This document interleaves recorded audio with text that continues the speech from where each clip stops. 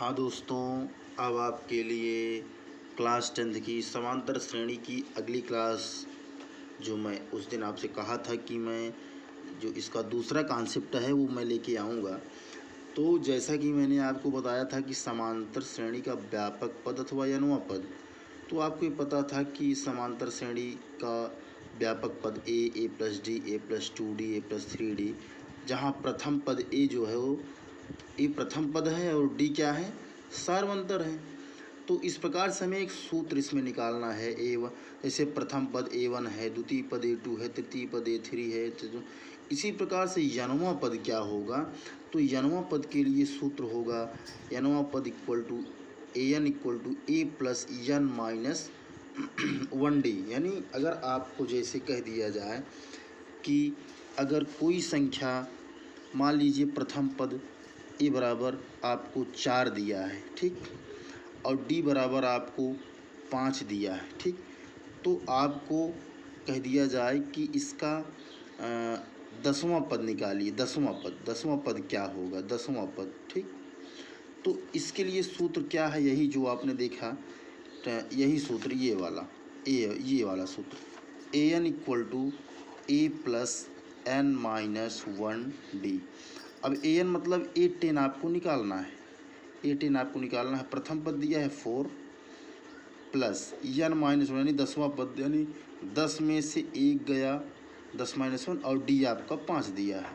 तो 4 प्लस 9 गुणे 5, 9 गुणे आपका 9 इंटू 5, यानी ये 45 हो जाएगा।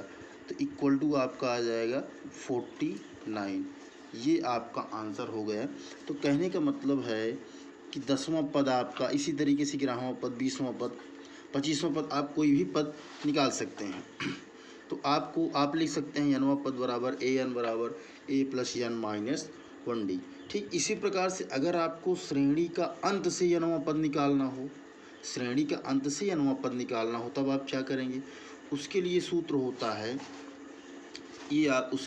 होता है आपका यल बराबर ए प्लस यन माइनस 1D। यानी यल मतलब अंतिम पद, ए मतलब प्रथम पद, यन आप समझ रहे हैं, डी आप समझ रहे हैं। जैसे मान लीजिए आपको दिया है कि प्रथम पद ए इक्वल टू 2 है, ठीक, और यल आपका दिया है 10 दिया है, ठीक, और आपको डी आपको दिया है 4। तो अब यही सूत्र आप लगा दीजिए, यल बराबर ए प्लस यन माइनस 1D। तो यल बराबर क्या है 10, ए बराबर क्या है 2, प्लस यन माइनस 1, डी क्या है 4 है, ठीक। तो 10 हुआ, 2 प्लस 4n माइनस 4। अब इसको आप हल करेंगे तो 2 में से 4 घटेगा तो -2, इधर आ जाएगा तो 12 हो जाएगा, बराबर 4n, 4 तिहाई 12, n बराबर 3। यानी इसमें कुल पदों की संख्या आपकी आ गई 3। हमारे कहने का मतलब जब यल दिया हो और डी दिया हो, ए दिया हो, उस समय आपको यन अगर निकालना है तब यल बराबर ए प्लस 1D। यल मतलब लास्ट पद, अंतिम पद, ठीक है। उसी प्रकार से समांतर श्रेणी का अंत से यनवा पद दिया हो, अगर जैसे लास्ट वाला पद दिया हो, ठीक, तो उसके लिए सूत्र क्या होता है, यल माइनस यन माइनस 1D, ठीक है। तो ये समांतर श्रेणी का कुछ व्यापक पद थे, हमने आपको समझाने का जो प्रयास किया। अब आपको इसको हम सवाल के माध्यम से आगे के वीडियो में, आगे के सेशन में आपको हम समझाएंगे। तो दोस्तों, लाइक और सब्सक्राइब ज़रूर करना।